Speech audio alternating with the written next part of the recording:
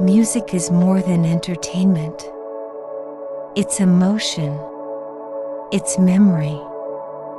It's medicine. And today, we explore how, scientifically, music shapes your brain and changes the way you feel.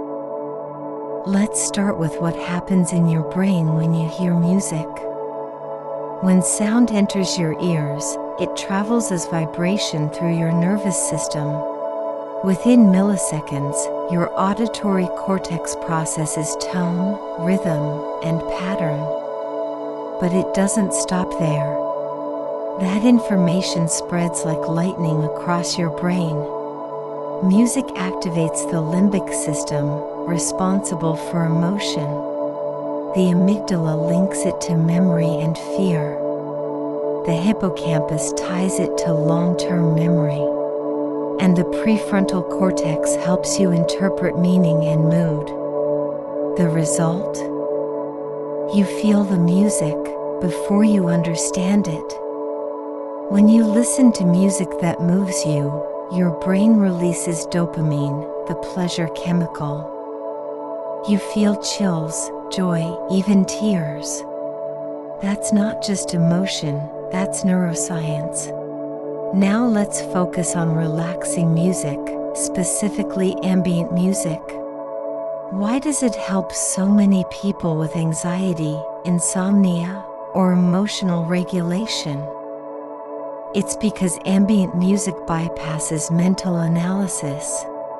With no lyrics, no beat, and minimal structure, it allows the brain to slow down.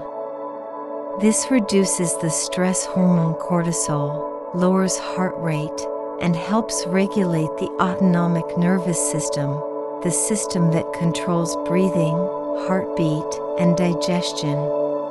In a 2021 study, patients exposed to ambient music before medical procedures showed measurably lower anxiety than those who had silence or traditional classical music. Why? Because ambient music doesn't stimulate, it settles. It creates safety in sound. But that's not all. Music is also tied to memory. One melody can bring back moments from years ago. This is why music therapy is used in Alzheimer's care, to reconnect patients with lost emotions and identities. It also plays a role in trauma work. When words fail, music helps people process emotions safely, especially through improvisation, sound healing, or deep listening. Even in everyday life, your playlists shape your perception. Energetic music can push you through workouts.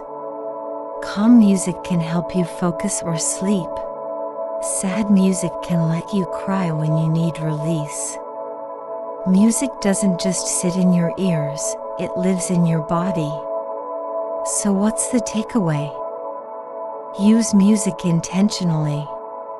When you need peace, use ambient.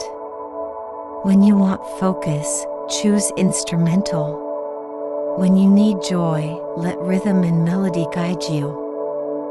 The key is to know that every note carries neurological power.